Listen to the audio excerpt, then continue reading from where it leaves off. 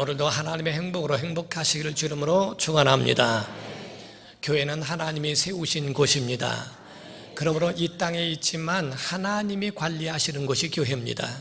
우리가 대사관이라고 하는 것은 바로 한국 땅에 있어도 미국 대사관이면 미국 땅과 같습니다. 한국 땅에 있어도 프랑스 대사관이면 프랑스 땅과 같습니다. 이와 같이 이 땅에 있을지라도 하늘에 주신 하늘의 것이기 때문에 하나님이 관리하시고 천국의 일원이라고 성경은 우리에게 표현하고 있는 겁니다. 예수께서 말씀하시기를 마태복음 16장 18절에 말씀하시기를 또 내가 내게 이르노니 너는 베드로라 내가 이 반석 위에 내 교회를 세우리니 음부의 권세가 이기지 못하리라 라고 말씀하셨습니다. 이 반석 위에 내 교회를 세우겠다라고 말씀하시고 음부의 권세가 이길 수 없는 강력한 하나님의 세워주신 교회라고 예수님 말씀하십니다. 그러므로서 우리는 하늘의 지시를 받으며 하나님의 꿈과 하나님의 디자인하신 그 뜻을 이루기 위하여 교회는 존재해야 됩니다. 우리가 비행기가 보더라도 비행기가 날고 또 뜨고 하는 그런 이착륙이나 이런 것들은 전부가 다 이 관제탑에 대하여 지시를 받는 것처럼 자기가 혼자 뜨는 것 같고 혼자 내려오는 것이 아니고 관제탑에서 내려오라 올라가라 하는 이륙과 착륙에 대한 허가를 받은 다음에 행하는 것처럼 하나님의 사람이라고 한다면 하나님의 인도를 받으며 하나님께서 말씀하신 그 말씀을 쫓아서 가야 하는 것이 교회의 삶입니다. 그러므로 교회가 존재하는 것은 하나님에 의하여 이루어지고 있고 또 그분의 말씀으로 끝까지 가야 하는 것이 교회일진데 모든 세계가 세상의 마지막을 향하여 달려가고 있기 때문에 마귀는 마지막 때에 자기의 날이 얼마 남지 못함을 알고 그에 대하여 하나님의 백성들, 하나님의 자녀들, 하나님의 세우신 교회들을 향하여 많은 공격을 하고 있다라고 말합니다. 그래서 세계가 세상의 마지막으로 치달아 내려가고 있기 때문에 많은 타락과 많은 하나님을 실망케 하는 일들도 있다고 하는 거죠. 한국교회 같은 경우도 1980년대에는 굉장한 부흥이 일어났습니다. 그러므로 교회의 성장과 함께 경제 성장도 일어났고 많은 일들이 일어났지만은 그 하나님 주신 은혜에 대하여 감사치 아니하고 자기 자신을 위하여 살아갔던 그런 일들이 세상의 지탄을 받기도 했고 하나님의 실망을 사기도 했으며 그 후로 영적 침체기가 와서 지금도 여전히 벗어나지 못하고 있다라고 이렇게 표현하리만큼 한국교회는 오랜 침체기에 있게 되었다라고 이야기를 합니다. 학자 중에서는 말하기를 한국교회는 바로 전 세계에서 가장 빨리 급성장한 교회가 바로 한국교회요. 또 한국교회는 전 세계에서 가장 빠른 성장과 함께 빠른 침체기를 맞이한 곳이라고도 이야기를 합니다. 이러한 말씀을 들을 때마다 굉장히 마음이 아프고 힘든 그런 그 믿음의 사람들로서 한 사람으로서 그와 같은 마음이 있습니다. 약 10년 전의 이야기입니다. 호주에 있는 교회에 대하여 말하기를 성령의 역사가 맞춰진 것이 아니냐라고 하리만큼 굉장히 그렇게 마음 아파할 때에 어떤 목사님을 한 대형 교회에 데리고 갔답니다. 대형 교회를 데려갔는데 그 교회는 술집이 매입을 해서 술집을 경영하고 있더라는 거죠. 거기에 강단이 가장 비쌌고 성가대석이 두 번째로 비쌌고 강단에서 멀어지면 더 이제 그 값이 내려갔는데 교회를 짓밟기라도 하는 양 그 교회에 대하여 보게 되면 그 교회 의자만 없을 뿐이지 다 모든 그 시설들은 그대로 두고 십자가도 걸어놓고 거기서 술을 버젓이 파는 그런 일들을 하는 걸 보고 굉장히 마음 아파하고 가슴 아파했던 일들이 있었다라고 이야기를 합니다. 사랑하는 성도 여러분, 성령의 역사가 맞춰지게 되고 거기서 중지된 것이 얼마나 불행하고 두려운 일인가를 우리가 아셔야 합니다. 그러나 여러분과 제가 분명한 것은 하나님 살아계심을 믿으셔야 됩니다. 기적은 있습니다. 하나님 살아계십니다. 사람이 가지고 있는 그 생각과는 다 달라져서 하나님의 뜻을 이루고자 하는 하나님의 방법과 하나님이 살아계시기 때문에 교회는 여전히 성장할 줄로 믿습니다. 어떠한 그런 정말 될 수 없는 상황이 온다 할지라도 하나님은 그 가운데서 기적을 일으키신 분이라는 것을 믿어야 할 것입니다. 어떤 큰 교회에서 간증하는 소리를 제가 들은 적이 있습니다. 그 가운데 보게 되면 정말 우리 교회에서 행하고 있는 DNA 프로그램과 같이 영혼을 위하여 한 사람이 두 사람을 섬겨가면서 그 게스트를 섬기는 그러한 일을 함으로써 정말 많은 영혼을 얻고 할 즈음에 법무부에서 요청을 하기를 한 교도소에 그 프로그램을 한번 해달라고 요청을 했다는 겁니다. 그래서 30명 정도를 대상으로 놓고 그 가운데에 가서 정말 그 사람들을 다 섬기면서 하는 그 진행을 했는데, 그 목사님의 간증 가운데는 첫 번째부터 하는 그간 만만치가 않더라는 거예요. 그들의 마음의 문을 열지 않더라는 겁니다. 토크를 해도 감동이 없고, 그들에게 정말 우스운 이야기, 평화의 소리를 해도 전혀 그 속에는 웃음도 없고 감동의 말도 감동이 되지 않더라는 겁니다. 과연 여기에도 성령님 역사하실까? 과연 여기에도 희망이 있을까? 하는 그 의구심마저 들더라는 겁니다. 그러나 토크를 해가면서 첫 번째, 두 번째 강의, 세 번째 넘어가면서 이제 성령의 날에 하나님이 크게 역사해 주시기를 원해서, 그래서 모두가 다 이런 식으로 가다가는 저들에게 열매가 없겠다라는 마음에 섬김이들이 금식을 하며 기도하고 그렇게 했는데, 그 성령의 날에 역사가 일어났습니다. 그때에 눈물이 터지고 웃음이 터지고 그들 모두가 하나가 되어 바로 그 가운데 성령님 임하시고 마지막 수료할 때는 그들에게 12명이나 세례를 받고 하리만큼 굉장한 변화가 있다라는 거죠. 그 가운데 그 모습을 보면서 하나님의 역사는 이곳에서도 역사하시는구나. 그 사람들 가운데에 정말 처음에는 전혀 마음의 문을 열지 않았던 사람들이 그때로부터 나와 마음의 문을 열고 간증을 즐비하게 서서 간증을 준비하며 또 간증하면서 감격하는 그 모습을 보며 하나님 앞에 영광을 돌렸다는 겁니다. 그 가운데서 간증하는 사람들 가운데는 나라는 돌아다니는 흉기였습니다. 닥치는 대로 때렸고 닥치는 대로 죽였고 닥치는 대로 자기에게 있는 모든 분노를 표현해서 이곳에 왔지만 내가 여기서 하나님을 만났다라고 고백을 하면서 눈물을 흘립니다. 한 사람은 간통 이래서 가정을 파괴시키고 했던 사람이었는데 정말 하나님을 만남으로 이와 같이 내가 하나님의 사람으로 변화됐다고 간증을 하며 눈물을 흘립니다. 한 사람은 간증하는 가운데에 특이한 것은 그 말씀 듣는 가운데에 자기에게서 흰 어떤 것이 확 빠져나가고 난 다음에 자기에게 평화를 얻게 되었고 하나님의 은혜를 그때부터 들리기 시작했다라고 이야기를 합니다. 사랑하는 성도 여러분, 그들에게 성령의 역사가 있었는 줄로 믿습니다. 성령께서 그들에게 역사하시는 하나님의 은총이 오늘 우리 교회도 있기를 예수 이름으로 축원합니다. 하나님이 하시면 변화될 수 있습니다. 하나님이 하시면 살아날 수 있습니다. 하나님이 하시면 우리나라도 보존될 수 있습니다. 하나님이 하시느냐 하는 겁니다. 과연 하나님의 역사가 교회와 심령과 그 모든 가정들에게 함께하고 있느냐, 이것이 문제입니다.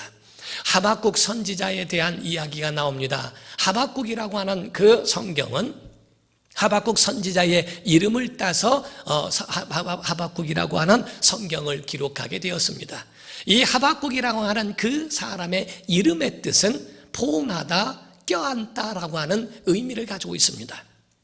사람들은 문제가 있으면 세 가지 형태로, 물론 많은 형태로 나타나겠지만 어떤 학자는 세 가지 형태로 나타난다고 이야기를 합니다. 첫 번째는 도피형, 회피형이라는 거죠. 그래서 어떤 문제가 있으면 얼른 도망가 버리고 거기에 대해서 전혀 관여하지 않으려고 하는 사람. 두 번째 사람은 낙심형이라는 겁니다. 한번 문제만 생기면 아주 모든 지구를 그냥 다 잃어버리고 세상을 잃은 것처럼 한숨을 푹푹 쉬어가면서 일어나지 못하는 낙심형이 있고, 세 번째 사람에 대해서는 책임 전가형이 있다는 겁니다. 그래서 책임 전가로서 이걸 내 말대로 했더라면 될 텐데, 과거에 이랬으면 될 텐데, 누구 때문에 불평하고 다른 사람에게 책임 전가하면서 자기에게는 조금 그 마음을 희석시키고 그 마음을 조금 다르게 표현하고 싶어서 그렇게 가는 사람들도 있다는 거죠. 그러나 하나님의 백성, 하나님의 사람, 하나님의 자녀들이라면 그러한 낙심형이나 회피형이나 또는 책임전가형 같은 경우는 그렇게 좋지 못한 태도입니다. 하나님의 사람이라면 우리 속에 가지고 있는 이 모든 문제를 하박국같이 그걸 끌어안고 기도해주며 끌어안고 그것을 그 문제를 녹이며 해결해 나가야 할 줄로 믿습니다. 하나님은 우리에게 모든 염려를 주께 맡겨버리라 라고 말씀했어요.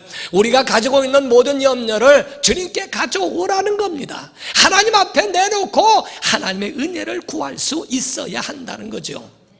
하박국 선지자는 자기가 가지고 있는 그런 마음과 자기의 가지고 있는 그 모든 것들을 하나님 앞에 그 모든 문제를 끌어안고 나라에 대한 그 문제를 하나님 앞에 가지고 내려놓는 일을 했던 사람입니다. 하박국 선지자의 시대는 여호야킴이라고 하는 유다 왕의 그 시대였는데, 이 여호야킴이라고 하는 이 유다 왕은 어떤 사람이었냐면 하나님께 대하여 악을 행하고 대단히 악한 사람이었습니다. 그래서 그때 보면은 성경에 보게 되면 예레미야의 36장 20절부터 26절을 보게 되면 그 가운데에 하나님의 말씀을 두루마리에 기록된 것을 말씀하고 있으면 그 말씀을 듣고 그걸 면도칼로 다 잘라서 자기 화로에다가 불을 태워버렸습니다. 하나님의 율법의 말씀을 들려주고 낭독할 때에 그 말씀을 듣고 그것을 다 잘라서 화로에다 태워버릴 만큼 하나님에 대하여 얼마나 무례하고 악을 행하였는가. 그러므로 하나님은 바벨론 왕 느부갓네살을 일으켜 바로 그 유다를 치게 만들어서 주전 605년경에 그 느부갓네살에 의하여 완전히 거기에 속국이 되어버리며 이제 두 손이 다 완전히 묶여서 그래서 끌려가는 신세가 되어버립니다. 이때의 이 시대에 나라가 기울어가고 나라가 그렇게 어두워져가고 힘들어할 때에 하박국 선지자는 그 나라의 마음, 그 문제, 이 모든 것들을 마음에 품고 하나님 앞에 나아가 기도하는 내 대목이 오늘 본문 말씀이에요. 하나님, 모든 것들이 다 이루어지고 힘들고 어려운 이 상황에 있음을 우리가 압니다. 그러나 정말 하나님 우리를 돌아봐 달라고 하는, 기울어가는 나라를 위하여 하나님 앞에 나아가 기도하는 장면입니다. 오늘 본문 말씀 2절에 보니까 말씀을 하기를, 여호와여 내가 주께 대한 소문을 듣고 놀랐나이다. 여호와여 주는 주의 일을 이 수년 내에 부응하게 하옵소서. 이 수년 내에 나타내시옵소서. 진노를 행하시는 중이라도 긍휼을 잊지 마옵소서라고 합니다. 하나님의 역사는 옳습니다. 하나님의 진노 당연합니다. 임금에서부터 모두가 다 처문양이니 모든 백성이 하나님을 떠났으니 하나님의 진노는 맞습니다. 마저도 싸고 그 가운데에 대가를 지불해도 그것이 옳습니다. 그러나 하나님, 그 중에서라도 하나님 긍휼을 잃어버리지 않으시도록 하나님 긍휼을 베풀어 주시고 불쌍히 여겨달라고 하나님 앞에 간구합니다. 부흥이라고 하는 것은 다시 살게 해달라는 겁니다. 하나님, 이와 같이 버리지 마시고 수년 내에 아주 버리지 마소서. 수년 내에 다시 소생하듯 다시 일어나게 하여 주시옵소서. 바로 이 하박국 선지자는 하나님 앞에 오래 두지 않도록, 마치 마태복음 15장의 수로버리게 여인 마냥 자기 딸의 문제는 자기의 문제와 같이, 자기 딸의 모든 것들은 다 자기의 문제입니다. 자녀에게 줄 떡을 취하여 어떻게 개에게 줄 수 있느냐라고 하는 주님의 말씀에 옳습니다. 인정합니다. 맞습니다. 나는 이와 같이 그런 짐승 같은 존재입니다. 맞습니다. 나로 인하여 내 딸도 이렇게 됐고 다 그렇습니다. 그러나 짐승 가운데서도 그 개들도 바로 주인의 상에서 떨어지는 음식을 먹지 않겠습니까? 하면서 그 가운데에 자기에게 작은 긍휼이라도 베풀어 달라고 했던 그 수르보니게 여인같이 하나님, 이 모든 어려움을 수년 내에 오래 두지 마옵소서. 이 어려움을 오래 두지 마시고 그 가운데 다시 한번 일어날 수 있도록 부응하게 해달라고, 나타나게 해달라고, 나타내 주시옵소서라고 주 앞에 간구하는 내용이 나온다 하는 겁니다. 한국이라는 나라가 어땠습니까? 한국이라는 나라도 왕위가 폐위당하고 완전히 일제에 일본의 강점기를 맞이해서 많은 힘들고 어려운 그러한 민족의 삶을 살았던 것이, 그것이 바로 우리 한국의 그 모습이었습니다.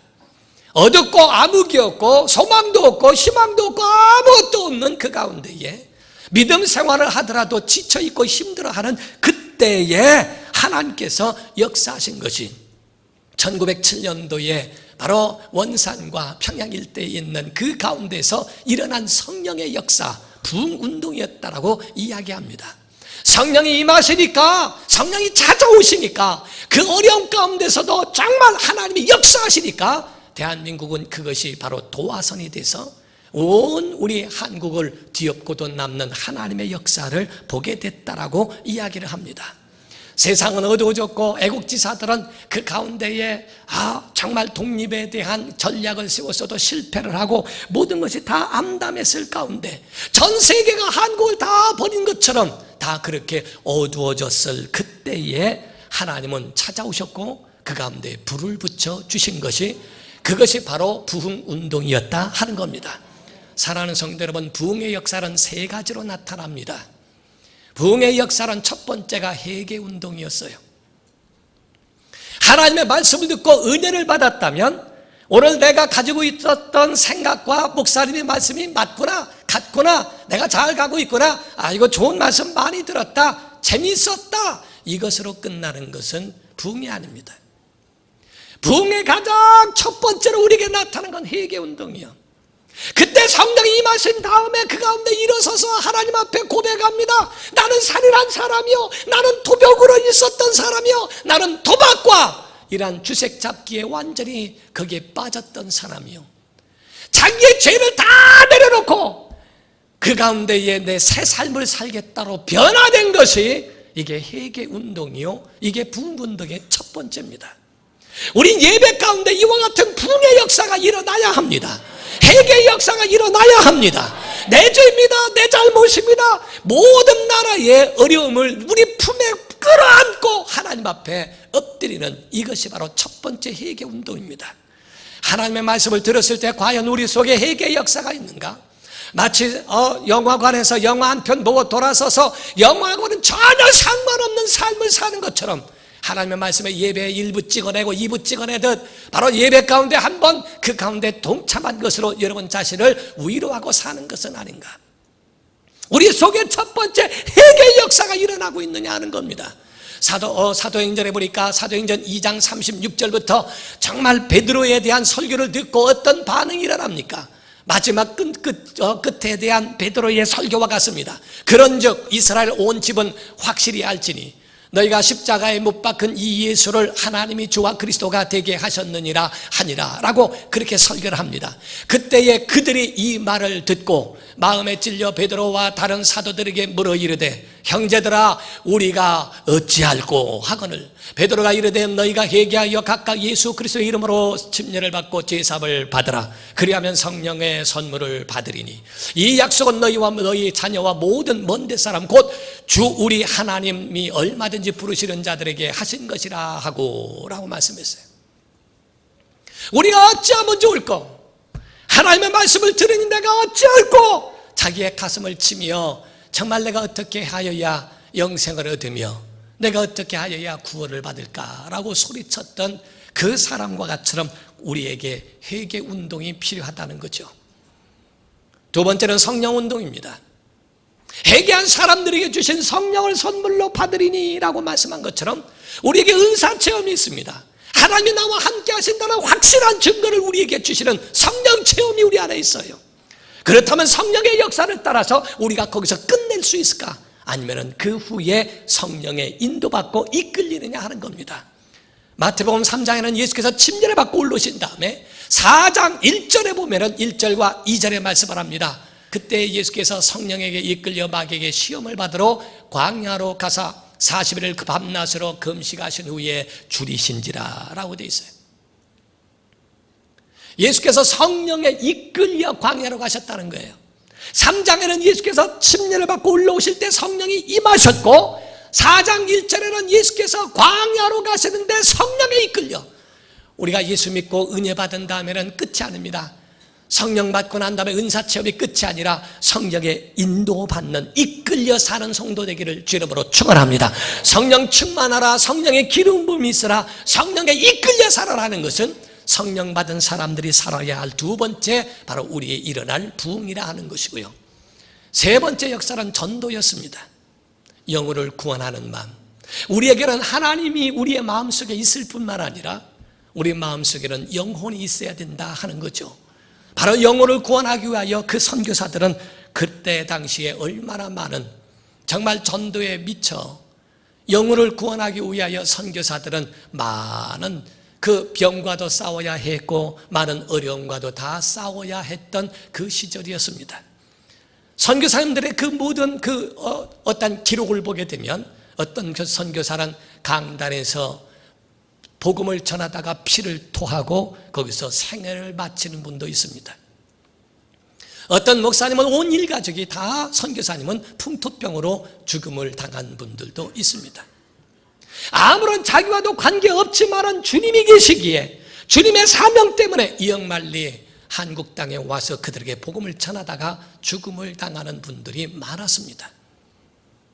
어떤 목사님은 자기의 아내가 병으로 인하여 한국에서 죽음을 당하는 그 모습을 보면서도 눈물이 채 마르기도 전에 복음을 전하기 위하여 다른 집회에 예정된 자리로 가서 사명을 감당해냅니다.